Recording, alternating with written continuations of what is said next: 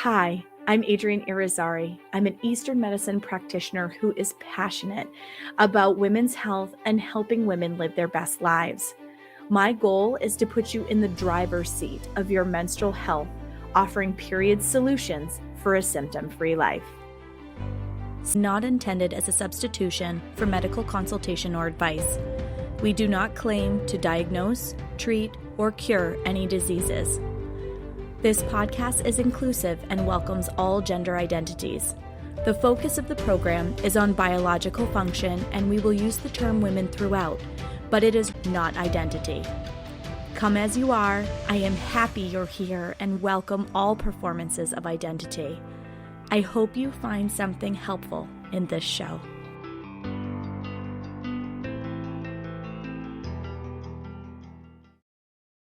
Welcome back to another episode of the Reproductive Robot this season, and our upcoming guest is absolutely no exception.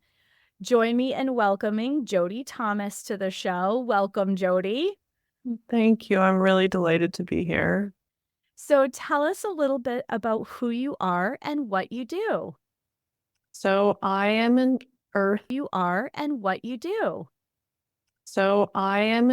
earthbound nature person. I've been very connected to Gaia's energy, and for me, Tantra, which I've studied for a very long time, is deeply connected with that energy. I actually lived in a tent between the jungle and the ocean in Costa Rica, and that experience has very much informed like being in touch on a cellular level with like deep nature in that way has really informed all of the things that I do. And so I've been studying somatics, the body, for a very long time. And I have found through the body, a lot of people do like transcendence, like going up and out, or the other option is that some people are like only about the body, like more of a hedonistic type of thing. I've chosen the third path. Like I love to connect the body and spirit. And for me, they're actually the same thing. It's just easier for our minds to talk about them in that way of, connecting them or reconnecting them. Oh, that's beautiful. I love that. That is a beautiful segue too, because I feel like our busy modern society, we are so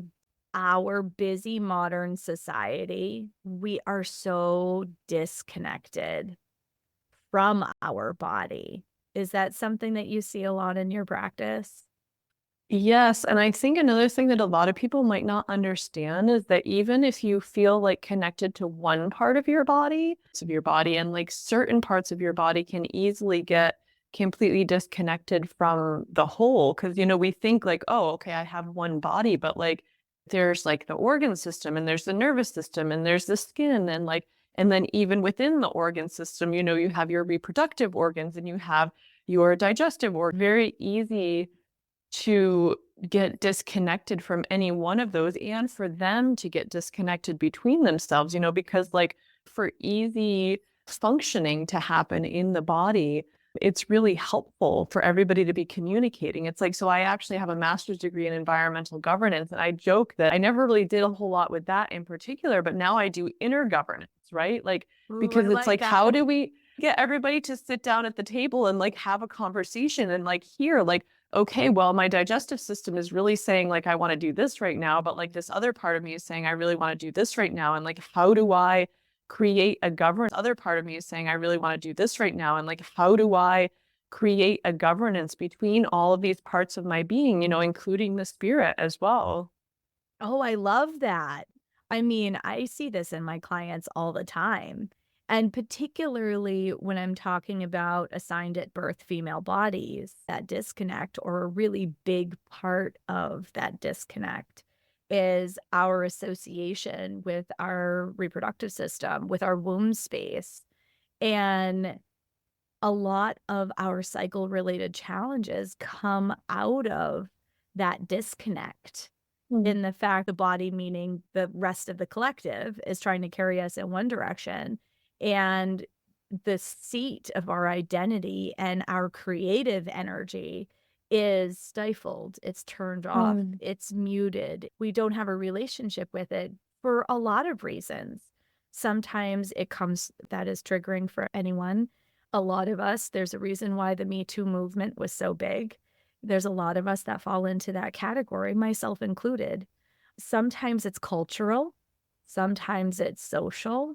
How are we raised in our families around sex and our sexuality and what's around that? All of those kinds of things. And it causes this block and we turn off and disassociate, disconnect from this part of our body. And I work with women and through pelvic steaming, a lot of times they're like, oh, and through pelvic steaming, a lot of times they're like, oh, I don't think I've ever really sensed the energetic body that like lives below my belly button before. Mhm. And that can even be unnerving for some people. So, two things that arise for me about that is, so when we're talking about governance, coming back to the idea of governance, there are all of these elements that are moving us and pulling us in different levels. So one of the fundamental, like basic neurocellular patterns, the first one that existed, like in matter existing, was vibration. And then after that is magnetism. And so the natural attractions and repulsions that are happening all of the time in our life, like pulling us and pushing us. And you talk about, governance of like, what was my family like? That's an element of who I am. What is the overall collective consciousness happening? What is happening in Uranus right now? Like, how is the moon moving? Like these magnetic attractions and repulsions in our life. And the other thing that brings up for me is, so I studied Tantra for a very long time in a particular lineage, and they talked a lot about yin and yang feminine and yin and yang masculine, how like there's these seeds of yang feminine and yin and yang masculine, how like there's these seeds of each of them. And they associated those with a part of the body. So with the masculine, the yin masculine is associated with the testes. The yang masculine is associated with the penis. And actually, very interestingly, for the feminine side of things, the womb, the uterus, is actually both.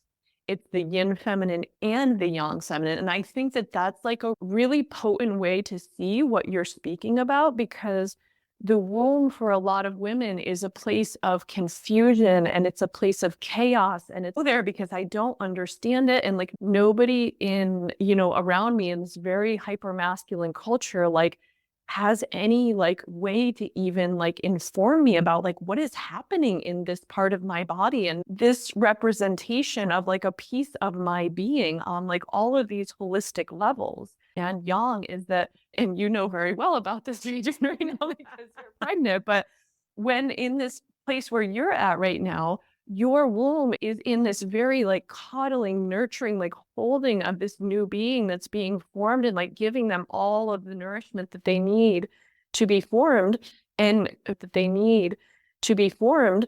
And very soon your uterus will decide like, okay, you're all done being formed. And all of a sudden there will be a shift in your uterus and you will go into labor and it will expulse. That is the yang feminine, like the expulsion, the like, okay, cut the head off, like Kali, like right now, this is happening. And if you don't want to listen to what I'm saying and all of these subtle messages I've been sending you, like, I'm just going to kick you out.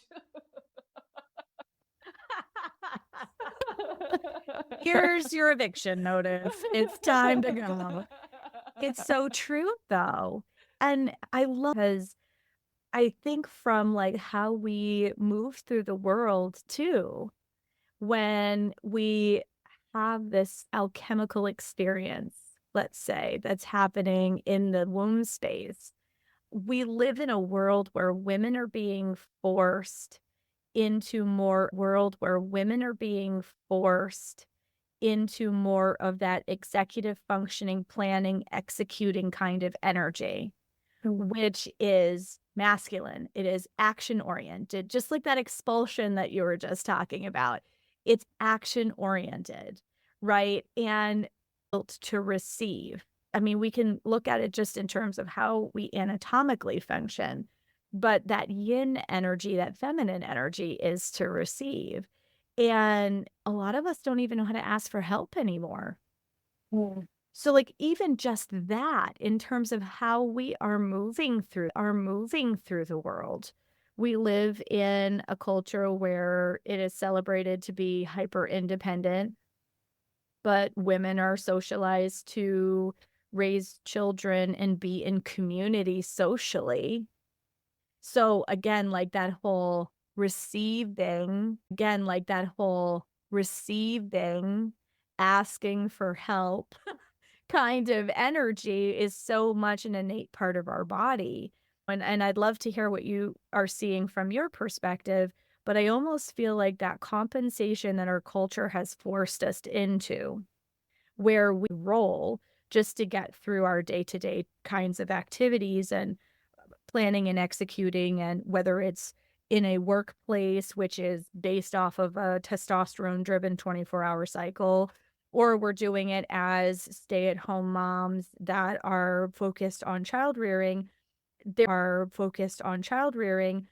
there's still a lot more of the overall like executing and action oriented taskless stuff that's being held in the minds and hearts and bodies of women, which it didn't always used to be that way. And we almost identify more with that yang energy side of things than the yin energy side of things because of the way that our culture has fostered it. Well, yes, and I have a couple of thoughts on that. So one is I think it's also really where it's coming from. So a lot of us are driven by a feeling of lack or disconnection. And that is like literally what motivates us to do like most of the things that we do in our life. So my path and the name of my business is Surrender in Motion. And that for fascinating fall back on, because I was raised in a super hyper masculine family, like super, super hyper masculine, and rediscovering my ability to surrender and be with what is as it is instead of like constantly needing to seek for things to be different. Because I think a lot of times, like masculinity, right? The penis is the representation of the yang masculine. It's like, I need this, I desire this, and I'm going to go get it. But like, what happens if I take just a step back and I say, do I really need that? Like, what would happen? Where would I move from? This is a really interesting question. If I'm not moving from a feeling of lack in my life, where would I move from? Like, where would my movements be emerging from? And like in the movement practices that I facilitate, I very much invite this dynamic of like, what if you, instead of like very much invite this dynamic of like, what if you, instead of like moving in the habitual patterns that you have, like take a step back, drop down, like really come into the cellular consciousness in your body and allow spontaneous movement to simply emerge, like to connect to this spring of divinity within you, and let your ego and your mind might be chattering like, I can't do that, or I don't want to do that. Like, what would happen if you actually sat in your maybe of like, huh, well, maybe I can be present with this thing that's happening right now. I love that. Oh, that ego mind. Oh, that ego mind. It's so loud. Sister speaks for me. I have to tell the ego to sit down and be quiet, quite honestly.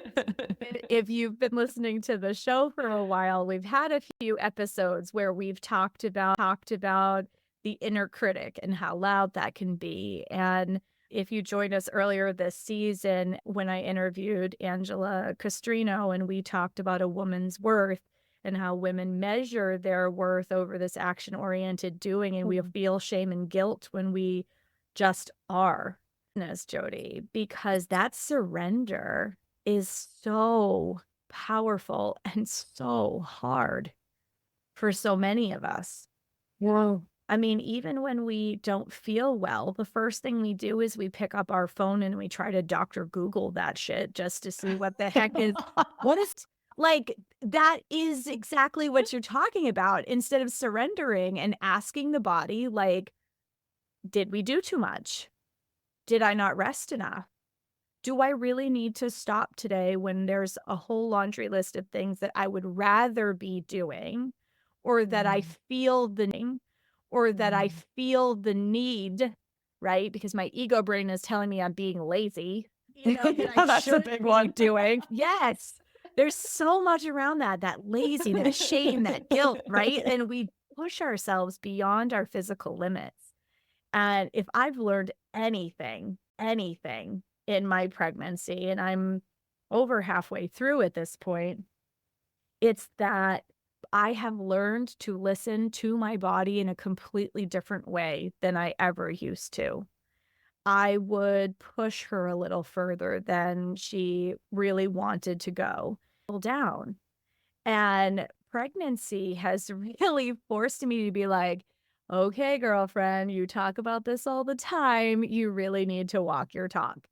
And Mm. while I've made huge strides in that department, even prior to getting pregnant, I can definitely say that's one of the biggest, even prior to getting pregnant, I can definitely say that's one of the biggest lessons that I have taken away from this year is needing to surrender and trust that my body knows what it's doing, that my body is telling me exactly what it is that I need to know in that moment.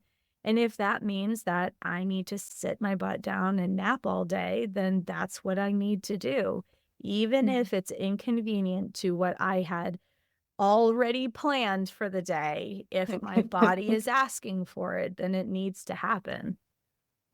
I have two thoughts around that come up for me. One is that, and this is the thing about authenticity versus like contrived or like not spontaneous knowing. Because I remember for a long time, I actually spent years where I kind of used that as an excuse of like, oh, I'm really tired. My body's saying I'm really tired. I need to rest. And so like way more than actually what my soul was desiring, I was like using that as an excuse to like stay still and not actually fulfill like the passions like through the movements. Wow. So I think that that's part of attuning and really coming into the body is that noticing of like, okay, yeah, of attuning and really coming into the body is that noticing of like, okay, yes, I'm really tired right now. And yet this spring of divinity that is emerging from me is still inviting me to like move and do this other thing.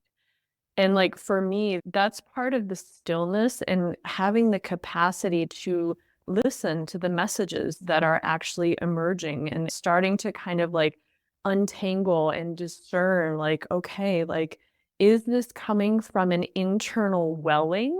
Like that's a really, for me, actually, I just came across this kind of discernment because I've been asking this question and I was aware of this question for years of like, how do I differentiate between whether this is like divine will or Jodi's ego will?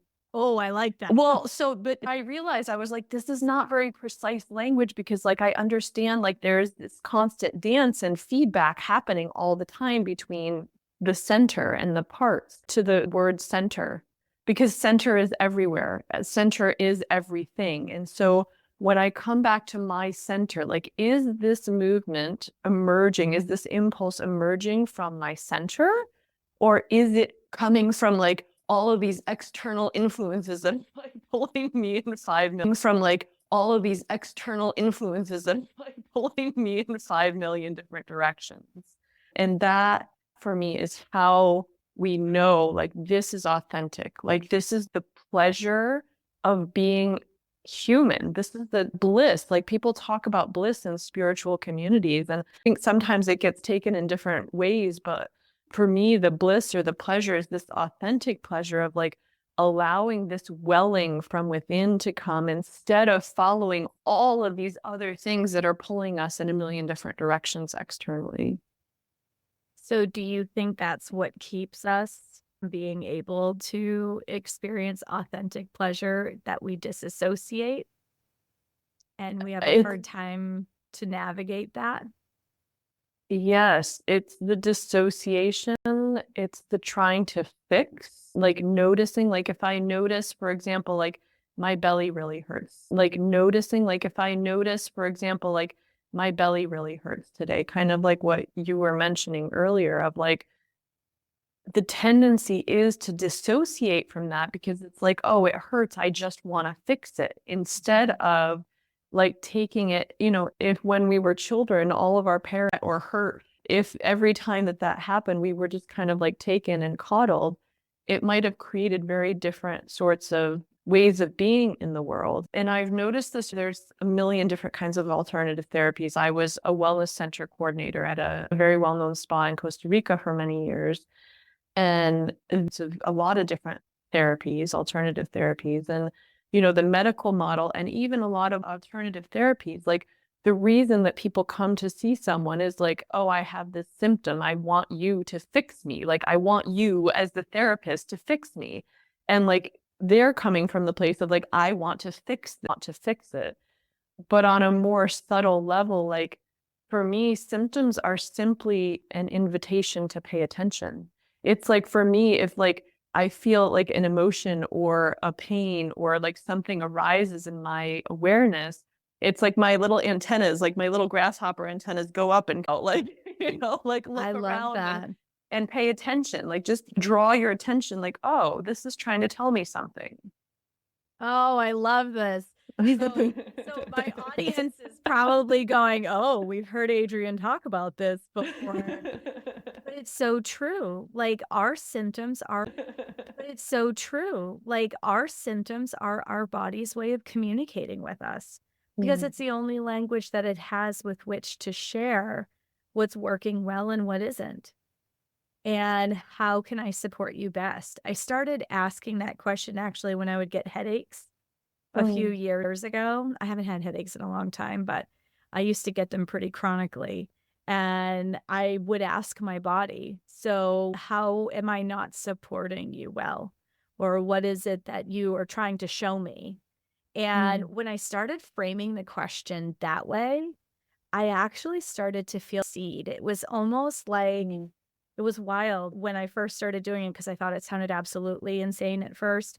And as I started doing it, it was almost like my body goes, "Oh, you're listening to me. Thank you. And yes, this is what it is that I need from you." Right? I love that. What it is that I need from you. Right? I love that. That's so beautiful.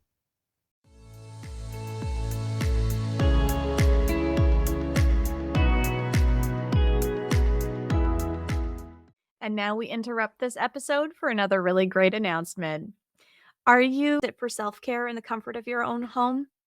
Join me for Rebalance, a sound healing course to help you create balance and equilibrium in your body. The pace of our lives is fast, and it can leave us feeling unbalanced and out of sorts. Using the power of sound healing at home, give yourself a mini spa treatment and restore the balance that we all crave in our lives. Join me for the upcoming Rebalance class offered in person in Dover, New Hampshire, and online through Zoom, and learn how sound can relax and balance your stressed system and feel ready to take on another day. Details about the upstressed system and feel ready to take on another day. Details about the upcoming classes are available in the show notes. And now, back to the show.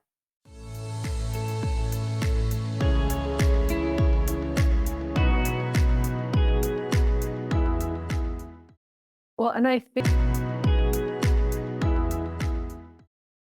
think one of the issues here that's coming up for me that's drawing a couple of different strings of what we're speaking about together is a lot of people don't feel like they have the time or the capacity to do that.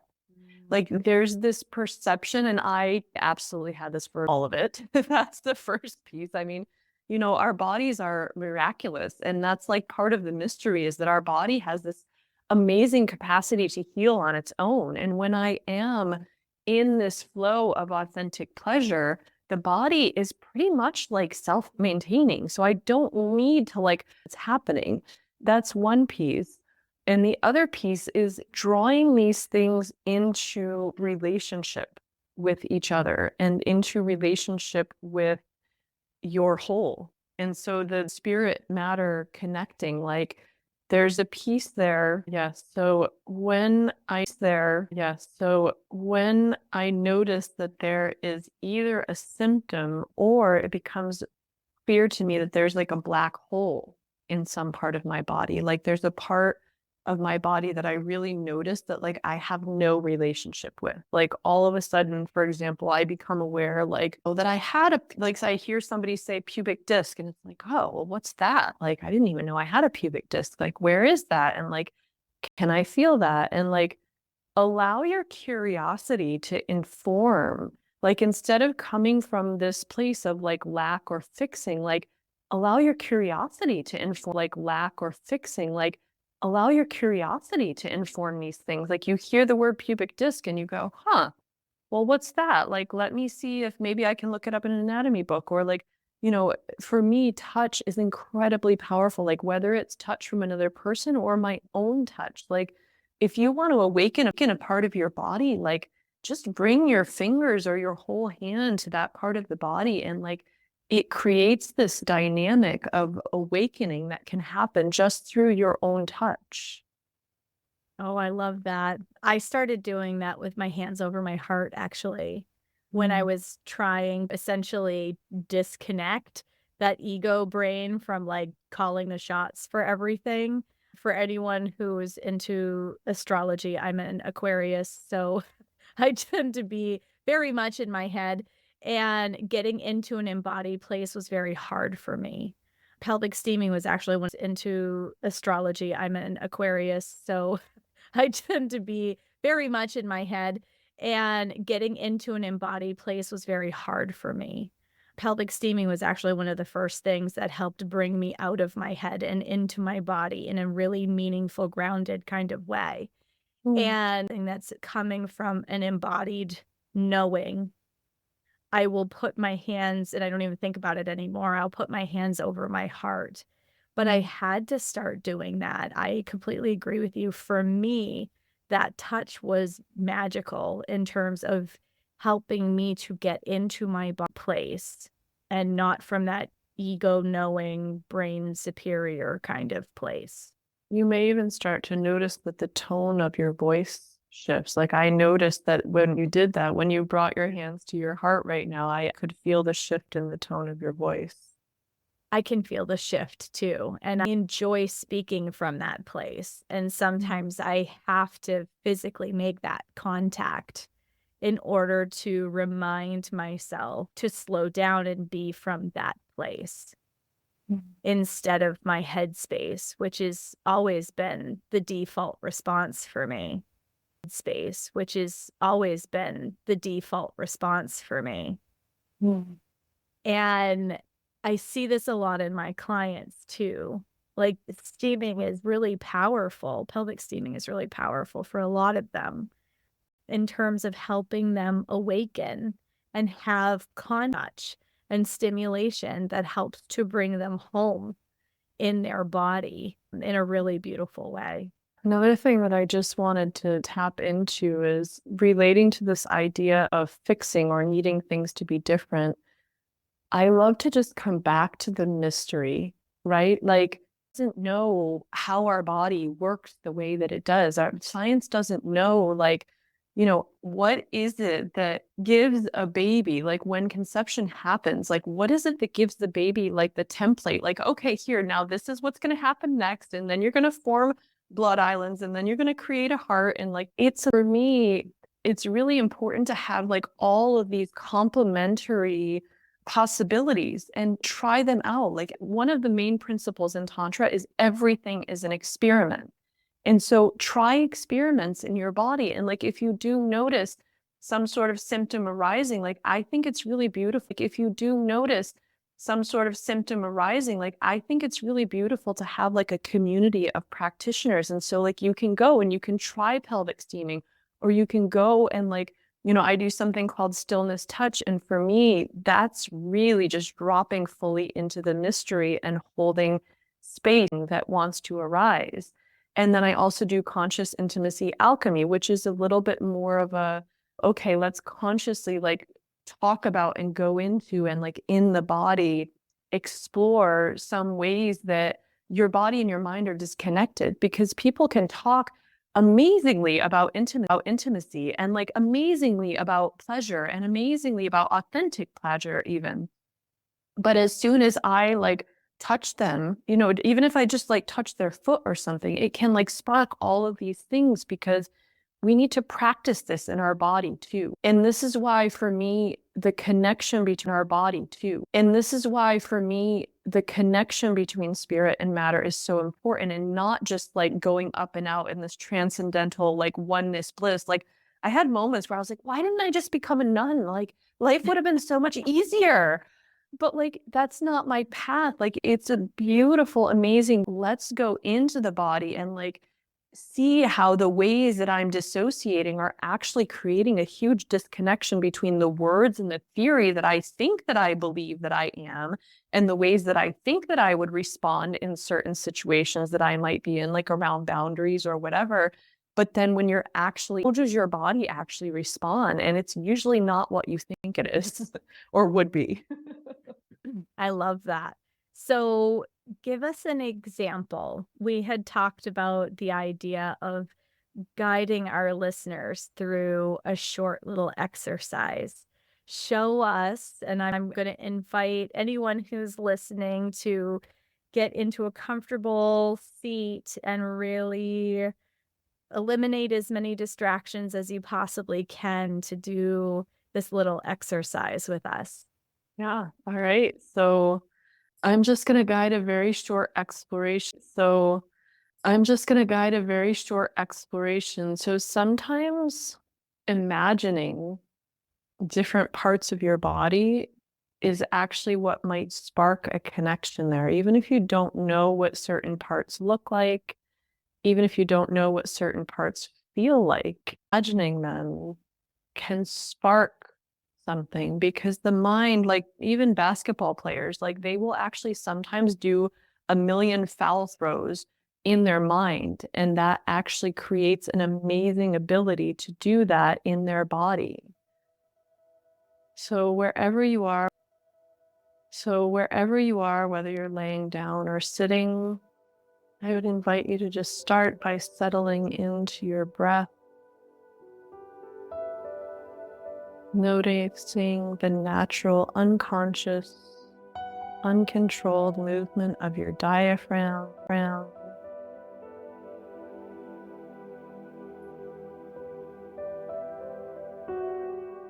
And then slide down your body towards your pelvis.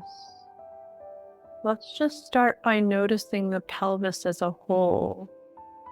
The pelvis, it's actually quite a beautiful structure. So if you've ever seen a basin that holds water, you can kind of imagine that that's what your pelvis looks like.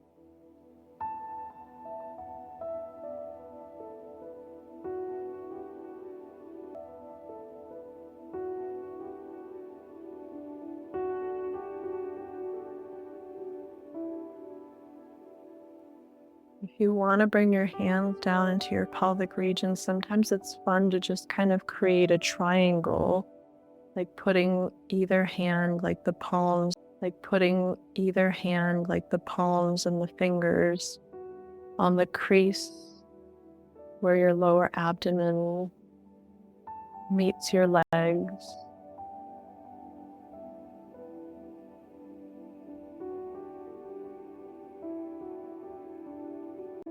And then I would invite you to bring your attention to your vulva.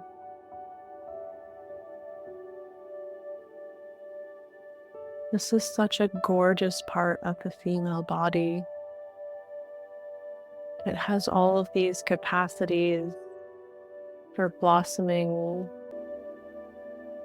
And so here, your clitoris, a lot of people are not aware that we have these bulbs internally. And when you get aroused, you maybe have noticed or maybe not. And I would invite this just as an awareness.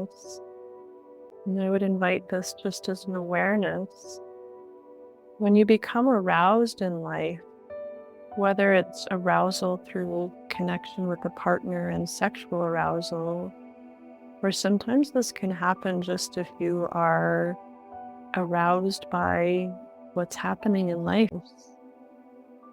These bulbs actually become engorged And so on either side of your vulva, around the bony structure, this part becomes swollen.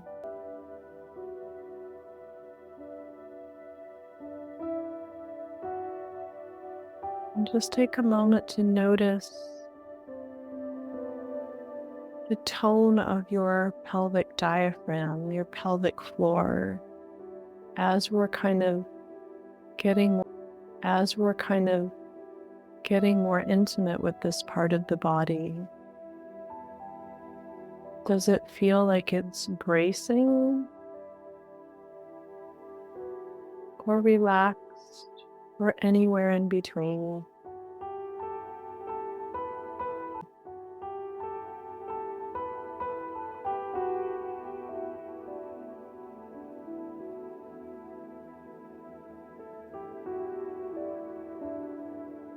And then see if you can imagine your womb, the space kind of right in the center of your pelvis and lower belly.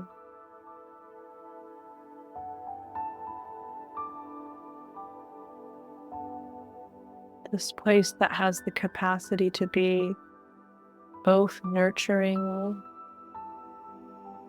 and the capacity to destroy, to be possible again and new.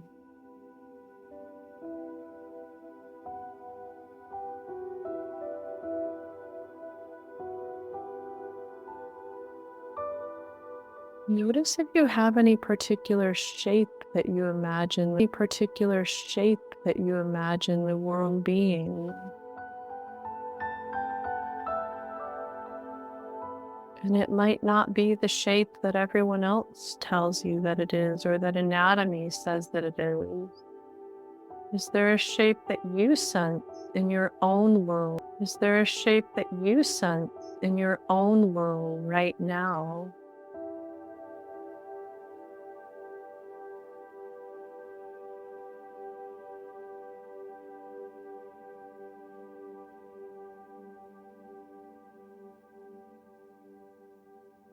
And then go up and choose a side from the womb. We're going to follow the fallopian tube up and to the side to an ovary, where all of your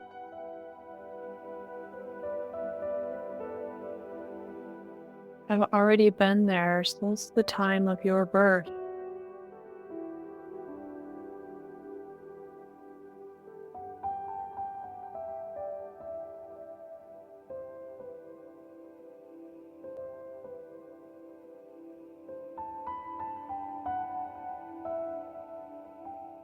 The energy of the ovum or the egg is perhaps the most quintessential feminine energy.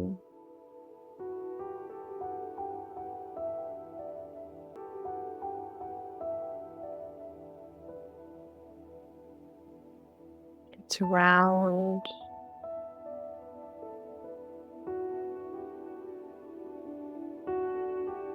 It has a quality of just being. Nothing to go. Complete relinquishing of effort.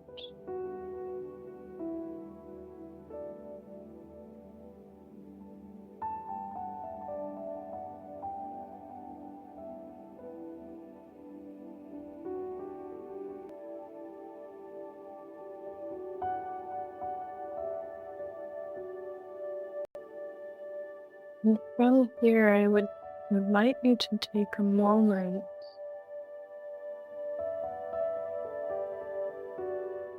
to notice if there's anything else that you are curious about in this area of your body, and allow yourself to explore that and drop into an open state of wonder without needing to know about it, without needing an answer to your curiosity. Just hold the curiosity and openness and invite your body to reveal whatever it would like to reveal.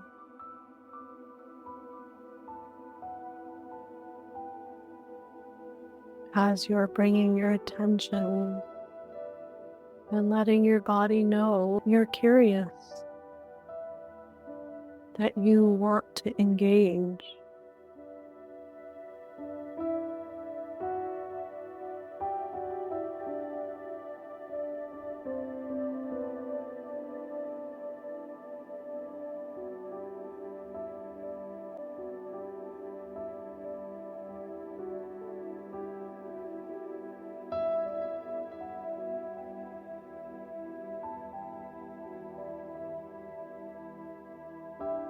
And then bring your attention back to your pelvis, the skeletal structure, the skeletal structure.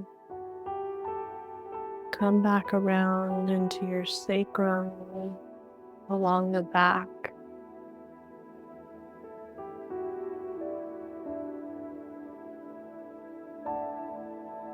And then find your way, back to coming into the room, perhaps rubbing your hands together to get a little bit of warmth, bringing your hands, your palms over your eyes, opening your eyes into your palms, and then very slowly with your vision on the palms, moving them away from you to come in.